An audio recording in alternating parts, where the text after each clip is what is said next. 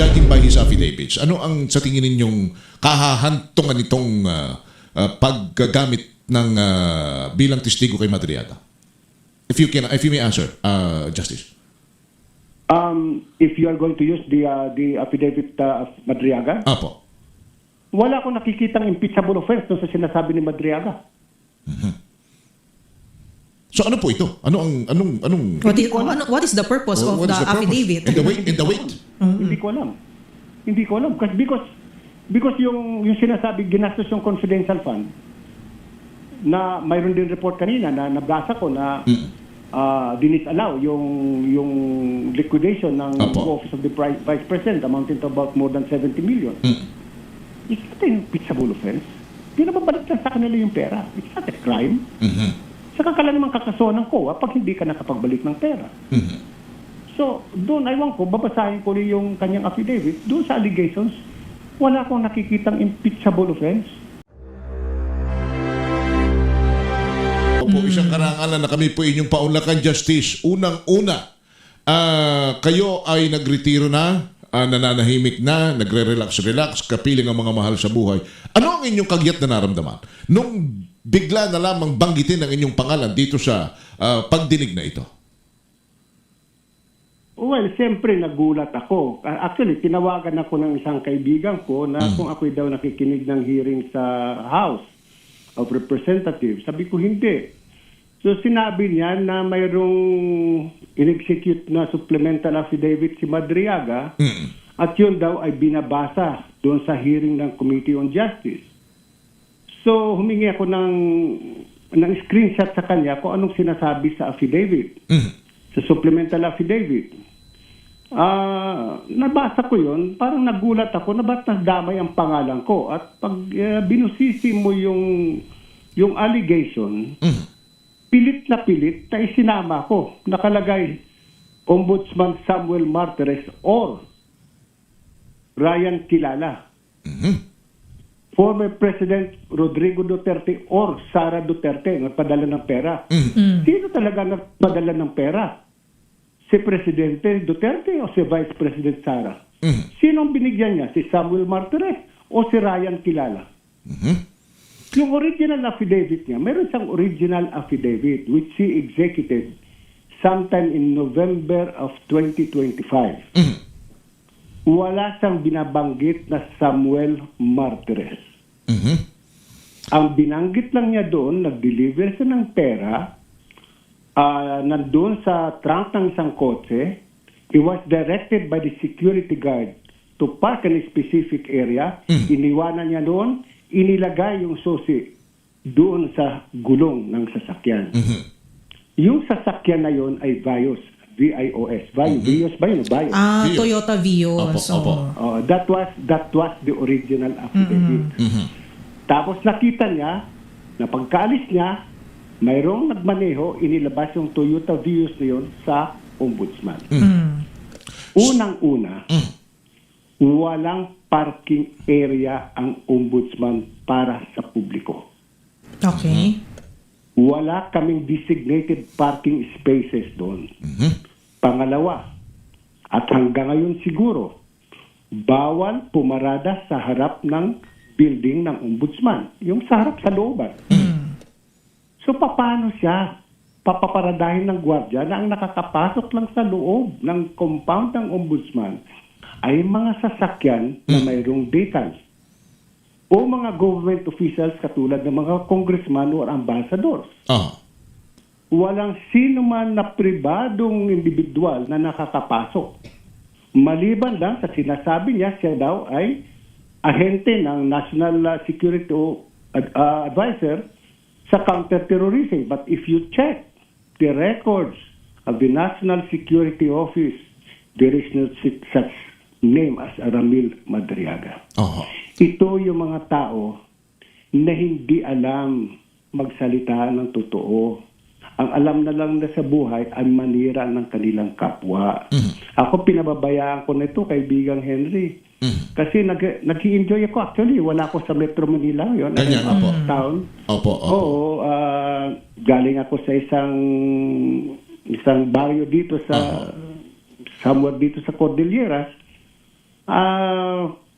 nag-enjoy ako sa kamamarites. Sarap Opo. ng buhay ng, Kanya lang, ng retiree. Kanya lang, Partner Justice, ang inyong pangalan ay matagal niyong pinakaingatan. Di naman may pagkakaila. Kaya yan na kayo ay naging Associate Justice ng Korte Suprema at yan naman hong achievement na yan ay hindi ho basta-basta lamang po yan na nakukuha sa madaling pamamaraan at kayo rin ay naging ombudsman.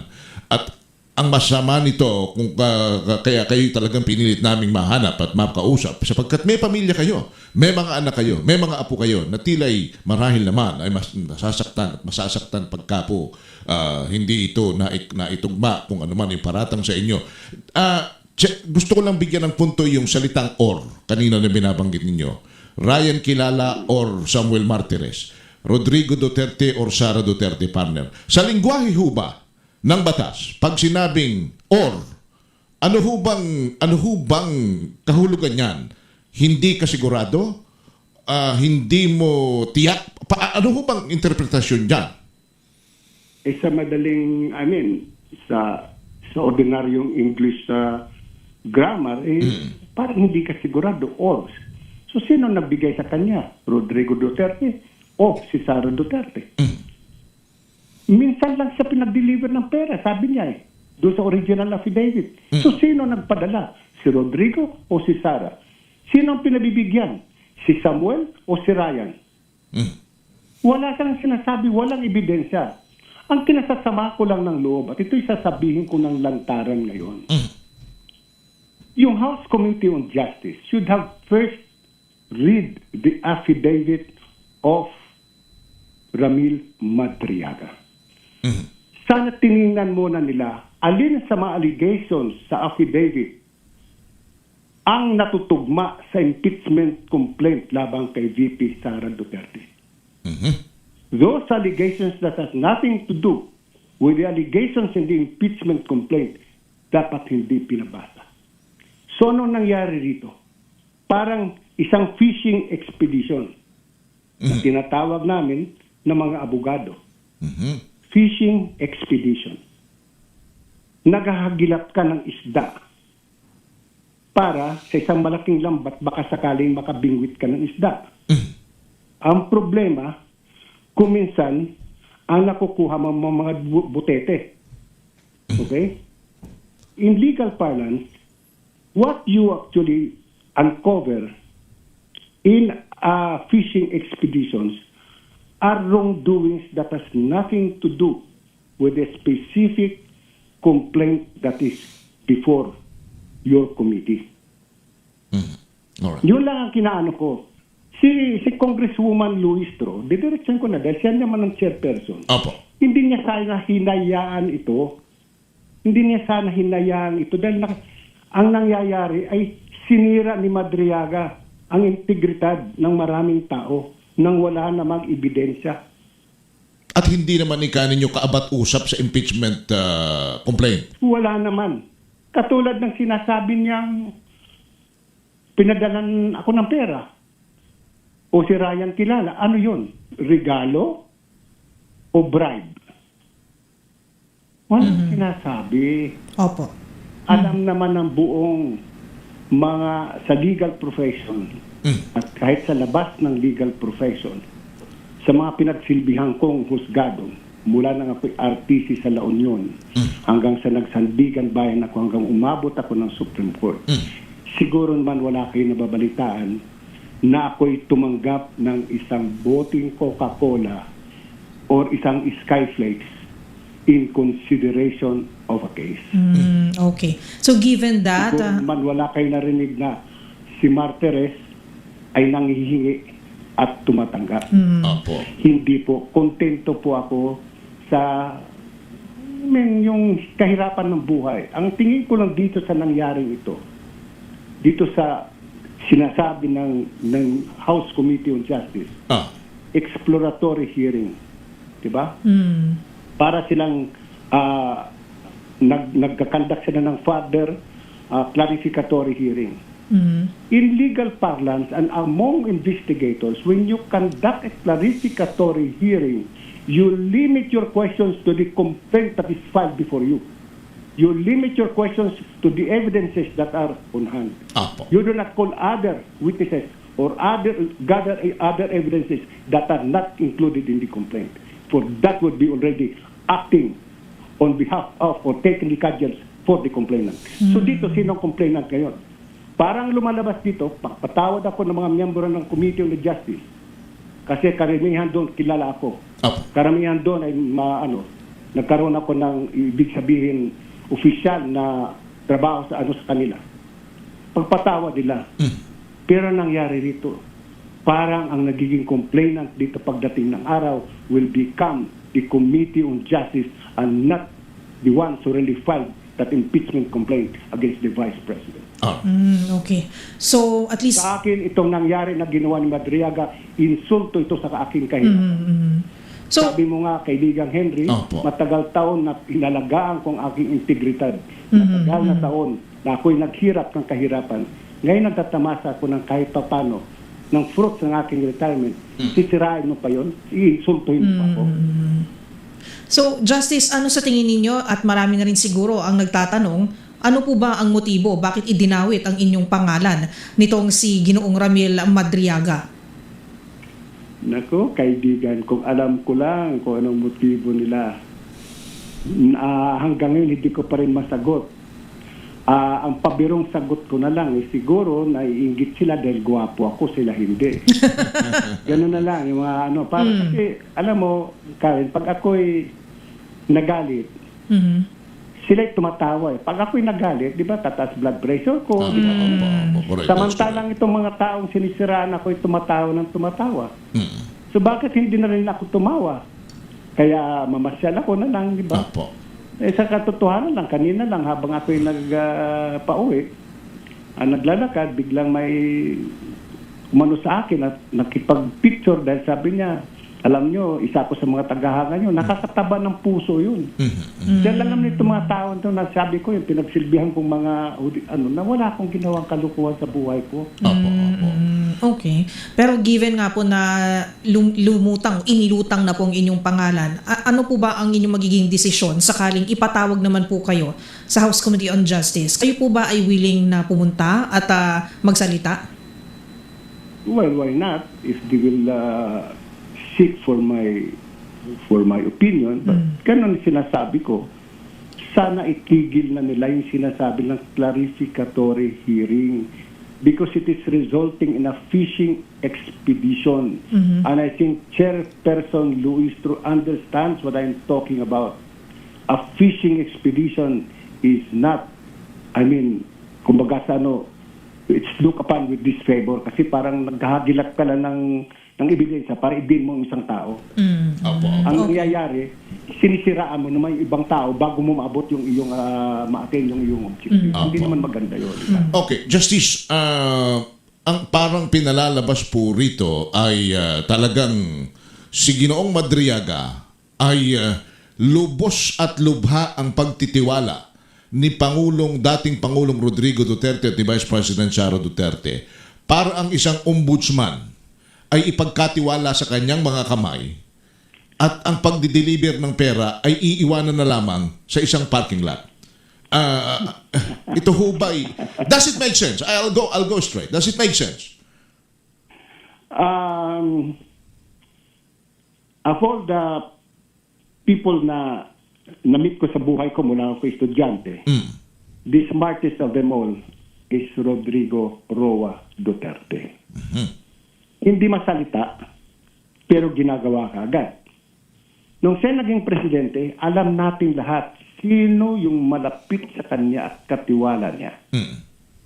Yan ay walang iba kundi si Senador Bongo. Diba? Siya ang pinakatiwala ni Digong. Sumunod si Medjal Dia na tinuturing natin, kinikilala natin bilang best friend ni Presidente. So kung ikaw si Presidente Digong, bakit hindi mo na lang sabihin kay Bongo, Bong, bigyan mo nga ng pera yun si Martires. Padala mo ng 10 maleta, di ba? Bakit pa iuutos mo sa iyong katulong, sa iyong driver? Diba? Para ano? At saka, okay. Marami kaming common friends ni President Duterte dahil pareho kami galing sa San Beda. Ang dami naming common friends. Bakit hindi yun ang tawagin niya? Sana tinawag niya halimbawa yung dating chairperson ng PAGCOR. O Fred, kaibigan mo si Sammy. Bigyan mo ng pera to. Ito yung pera. Ang problema ay yung sinasabi ni Madriaga, ilang milyon ba yun? 35, binabanggit niya. 35. Pero yung 35, one time na binigay niya. Opo. So, sino binigyan niya? That was in the original affidavit. And even in the supplemental. Saan ako pumasok na picture? Kahit pilit na pinasok ang pangalan ko eh. Kung sino man yun, pinagsasadyos ko na lang, Henry. I am always reminded, pasensya na kung ako'y medyo tataliwas ng kaunti, but I'm always reminded of that first day in the novena of the Divine Mercy na sabi ng Panginoon kay Sister Faustina, bring to me all mankind, especially all sinners. Kaya pinagsasadyos ko na lang sila lahat. Gusto lang sirain ako, let him go ahead. In the meantime, let me just enjoy also my life. Pakipag-usap sa mga kapareho kong mahihirap, pakipagchismisan sa katulad mo, kay Deo Macalma, kay Arnold Clavio, yun lang naman. Diyan naman, masayang buhay ko na dyan. Chismisan talaga, Justice. Una-una, Marites. ako bibigyan ni Digong ng pera. Isa tagal ko na nakilala si Digong eh. Nung estudyante yan, nakikita ko yan. Ang alam ko, sigarilyo lang, nasa medyas pa eh. Pero, Nung estudyante kami noon, kasi kulang sa pera. So, ang sigarilyo mo, ilalagay mo sa medyas mo.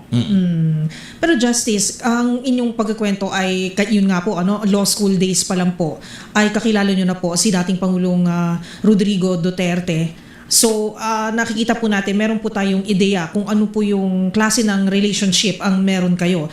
Pero, ito nga po, ano po ba yung nais na ipinta naman nitong mga alegasyon na ito? Given na naging Pangulo nga po si Pangulong Digong, and then kayo po ay naging ombudsman. At sabi nga ng partner ko kanina, pinagtrabahuan niyo po ang inyong pangalan. So after this po, ano po ang inyong plano aside from ipapasa Diyos niyo po? Pero ang pangalan po ay sa inyong palagay nadungisan na po. Ano po ba ang mga susunod po na inyong hakbang na planong gawin? Alam mo, Karen, naniniwala pa rin ako that you can never destroy a good man. Kahit anong gawin mo paninira sa iyong kapwa, lilitaw at lilitaw pa rin ang katotohanan. Okay. Pabalikan ko lang ng sandali si Presidente Digong. Nung kami estudyante, I'd never been close to him. Nakikita ko lang siya. Kasi senior sa akin eh. Kikita ko lang siya at paglalabasan namin sa mga classrooms, nakikita ko nagsisigarilyo siya, ganun. But I had never had the chance to talk to him when we were students. Na maging mayor siya, nalaman ko naging mayor. Nakausap ko lang si Mayor Digong nung nasa Sandigan Bayan na ako at kami naghihiring sa Davao. Okay? Kasi nangungumbida palagi yan ng dinner sa mga justices na pumupunta, naghihiring sa Davao. Nangungumbida yan. So siguro nakadalawa-tatlong dinner ako sa kanya, kasama ko si Justice Sandoval, Edelberto Sandoval, Justice Villaruz. Doon lang ang pagkakakilala ko sa kanya. Nagulat na lang ako na nung siya'y naging presidente, pinasabihan niya ako na sabihin niyo kay Martires mag-apply sa Supreme Court at gusto ko siyang una kong appointee sa Korte Suprema. I was surprised. Okay. Kasi hindi talaga ako malapit sa kanya. In fact, when I was already with the Supreme, from the time he appointed me sa Supreme Court hanggang ombudsman, 2 beses lang kami nagkausap. And you never ask anybody nor you to lobby for that position? I did not. No, wala akong nilapitan kahit sino. So lahat sila nagulat kung bakit ako ang pinili ni Digong. Apparently, tumatakbo kayo sa kanya. Siguro, kasi after I took my oath, actually before I took my oath, sinabi ko sa kanya, Mr. President, baka ho nagkamali kayo ng pagkaka-appoint sa akin. Hindi Apo. pa naman ho ninyo bawiin. Hindi, sabi niya, hindi. Sige na, kasi kagigising. Ano lang niya, that was about 12 o'clock. Sige na, sabi niya. So, take off ako.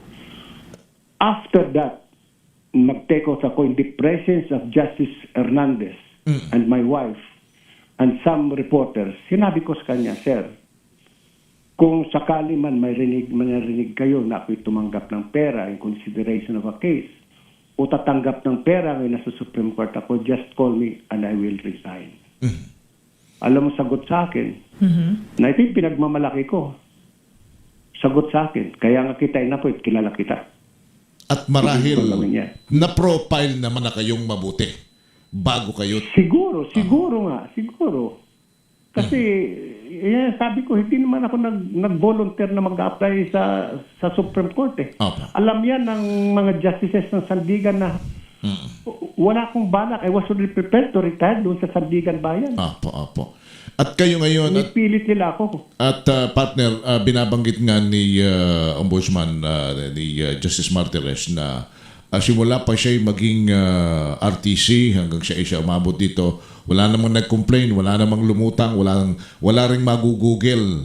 Siguro yung Google naman napakabangis, AI napakabangis naman nito, Samuel. Justice Samuel Martires, sir.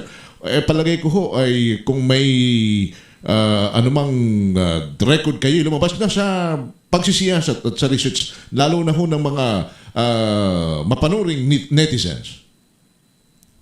Siguro kasi ang numero uno ng mga chismoso sa profesyon namin ay mga abogado rin eh. So, at hindi lang abogado kasi ganito lang naman yan sa buhay eh. Sa mga practicing lawyers, magtatanong kasi sino ba yung judge na yan? Lalo na yung mga hindi pa kilala. Ayan si Judge Martires. Ano ba yan? Ay pare, pag kausapin mo lang yan. Bigay ka lang. Ano ba yung kaso mo? Sinabi mo collection case. Para mga kuhan mo lang, bibigyan mo ng 10%. Ganon.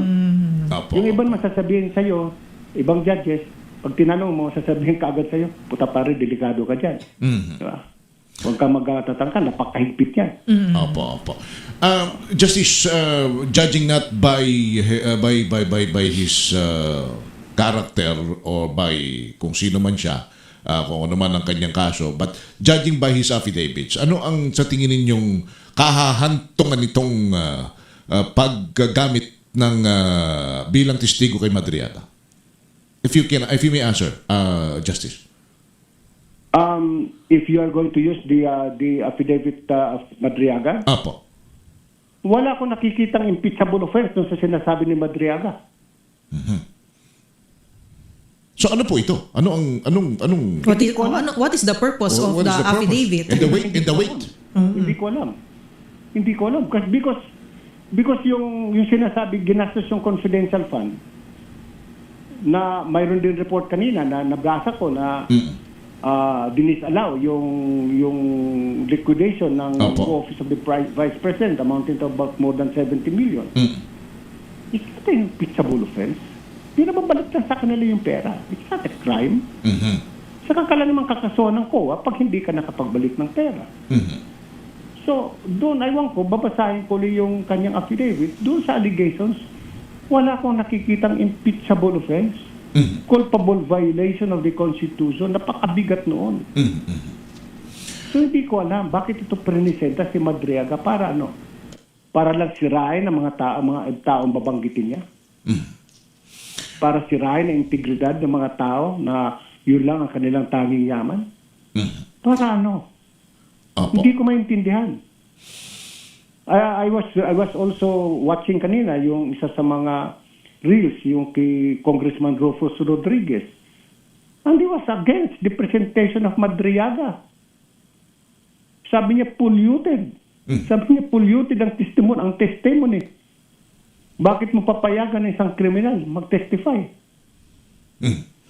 Alright. Justice, last question from my end. Sa harap ng inyo pong pamilya, ng inyo pong mga kaibigan at sa harap ng bayan, ano po ang inyo gustong sabihin?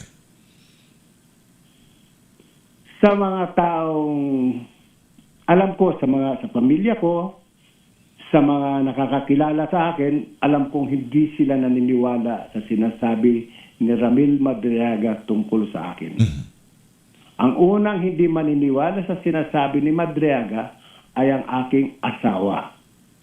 Kasi kung totoo man, yung sinasabi ni Madriaga, malalaman ng asawa ko. Okay. Pangalawa, saan ko naman itatago yung 35 million na yan? Ang pera ko, kung mayroon man akong pera, kaya kong i-justify saan ang galing ang aking pera. So sa mga hindi sa akin nakakakilala, magtanong na lang ho kayo sa mga nakakakilala sa akin kung sino ho ako. Siguro ho, suplado ako. Ganon. Siguro nga, mahigpit ako. Siguro nga, pag ako'y nagagalit, naninigaw ako. Pero, alam nila na hindi ako basta-basta nagagalit pag wala namang dahilan. Iniiwasan kong magalit, lalo na dito sa mga nangyayaring ito. And to Matanda na ako, gusto ko lang maging masaya. Apo. And to Madriaga and to whoever is using him, pagkat may mga lumalabas ngayon na tila mayroong nagpapatakbo sa kanyang testimonya, sa kanyang pagharap sa Kongreso. Ano po naman ang gusto ninyong iparating? Sana si Madriaga at kung sino man ang kanyang handler, ay sana mabuksan ng Espiritu Santo, ng Holy Spirit, ng kanilang damdamin, ng kanilang isipan, na wala silang ginagawang kabutihan sa kanilang ginagawa. Na hindi maganda sirain mo ang iyong kapwa o manira ka ng iyong kapwa.